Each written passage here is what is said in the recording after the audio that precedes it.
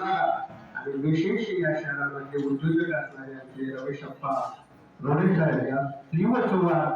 कारण का ते साक्षात ओंकारेश्वर महाकाल बोलाराचं दर्शन घेऊन ते म्हणजे जे 3 दिवस होते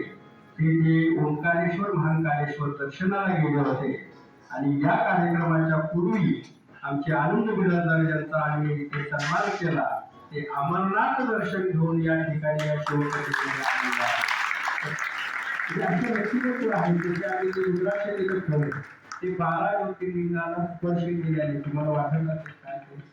पण अनेक कार्यकर्ते वेगवेगळ्या ठिकाणी जाऊन 12 ज्योतिर्लिंगाला पंचमुखी रुद्राक्ष करतात त्याने रुद्राक्षाचं ते काय पैसे देण्यासाठी किंवा मिळण्यासाठी कोणाकडे नसेल घेऊन जा पण ते काय आहे कुठल्यातरी कार्यामध्ये कोणतीतरी गोष्ट आपल्याला म्हणजे काय असतं हे कार्य पार पाडण्यासाठी आपल्याला मदत लागते ही सर्व असल व्यवस्था आहे सर्व ह्या लाईट व्यवस्था आहे प्रसाद व्यवस्था आहे ह्या सर्व करण्यासाठी मिरवणूक करण्यासाठी हा आपल्याला पैसा लागतो त्यासाठी काही गोष्टीचं नियोजन करावं लागतं मी रोडे साहेबांना विनंती करतो श्रीवसव रोडे साहेब श्रीवसव कुठे आहेत सौभाग्यवती आहे तो